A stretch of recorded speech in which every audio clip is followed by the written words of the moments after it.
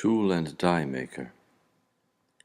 Begin with the time you stopped a drag race, standing in the middle of your rural route, with your leaving school early to work on the tracks, where all you needed to read was railroad bisected by crossing, an early, accidental, concrete poem.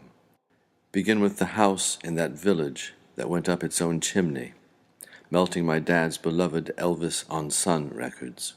The house in town right across from the hospital, where sirens never tired of reminding you Grandma could go any time with a snap of her bony fingers.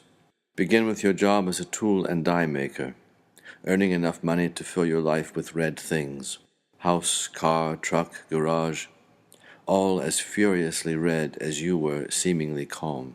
You painted crimson curtains on the garage windows. You wanted to paint Grandma, but she wouldn't have it. Begin with all the rugs you hooked sitting on the edge of the sofa with the blinds drawn so no one would know you had a woman's hobby. And after you retired, those pictures you drew on the only paper you thought you deserved, 3x5 notepads held together at the top by a bar of red glue. A long-neglected kindergarten. There was always a river standing straight up, and you used to say to me, "I can't figure out what's wrong with these rivers. If only they had lain decent in bed like Grandma did. You would have waited on them as you waited on her." Begin with 78s from the Grand Ole Opry, eager to break if not handled properly, even at their best, hissing and warping the tune. With church bulletins you rescued and stapled to the garage walls, with a photo of you in your sailor suit, your skinny wife at your side, your first child, my father, in a sailor suit of his own.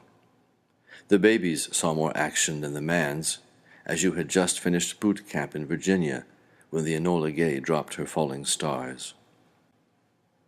Begin with the toy guns you gave us, silver 6-shooters with mother-of-pearl handles, all plastic. The crack and whiff of the powder. The discarded strips, like skins of red snakes with burned spots. Dad wouldn't let us keep play weapons. It was 1969, and he had 2 brothers in Nam. The 2 of you almost came to blows over it.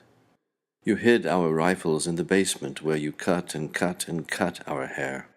We balanced in the high wobbling chair, watching wall spiders, wondering how they made the black blood that ran down the cracks, afraid to cry as you cut us down to the skin.